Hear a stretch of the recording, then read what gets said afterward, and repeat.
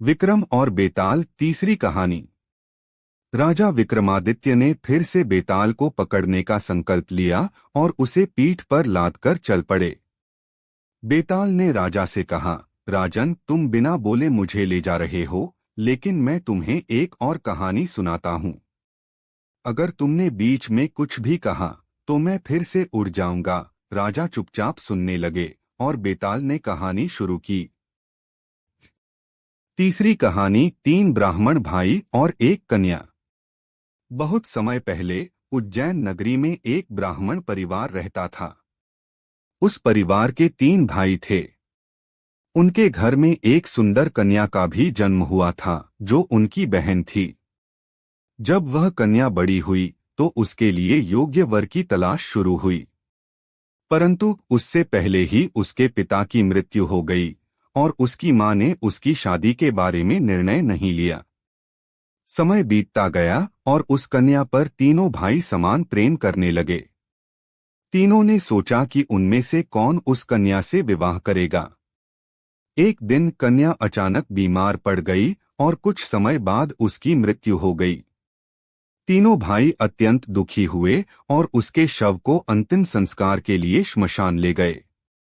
वहां उन्होंने उसकी चिता तैयार की और उसके शरीर को जलाने का निर्णय लिया। जब चिता जलने लगी तो पहला भाई अत्यंत दुखी हो गया और उसने संन्यास ले लिया। वह जंगलों में जाकर तपस्वी बन गया।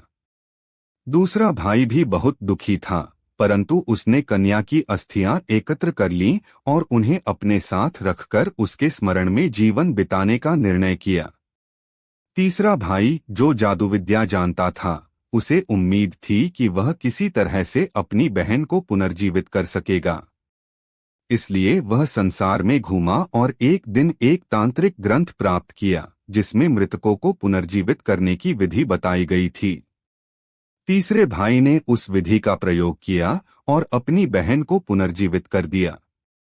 जब वह जीवित हो गई तो अब सवाल खड़ा हो गया कि वह किसके साथ रहेगी। पहला भाई, जिसने संन्यास लिया था, वापस आ गया था और दूसरा भाई, जो उसकी अस्थियों को संभाल रहा था, वह भी अधिकार जताने लगा। इतनी कहानी सुनाने के बाद बेताल ने राजा विक्रम से पूछा, हे राजन, तुम न्यायप्रिय हो। अब तुम ही बताओ, उस कन्या का पति कौन होना चाहिए।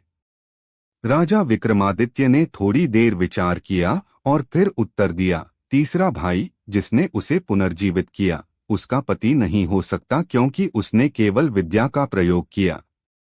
दूसरा भाई, जिसने उसकी अस्थियां संभाली, उसका पति नहीं हो सकता, क्योंकि वह केवल प्रेम में दुखी था।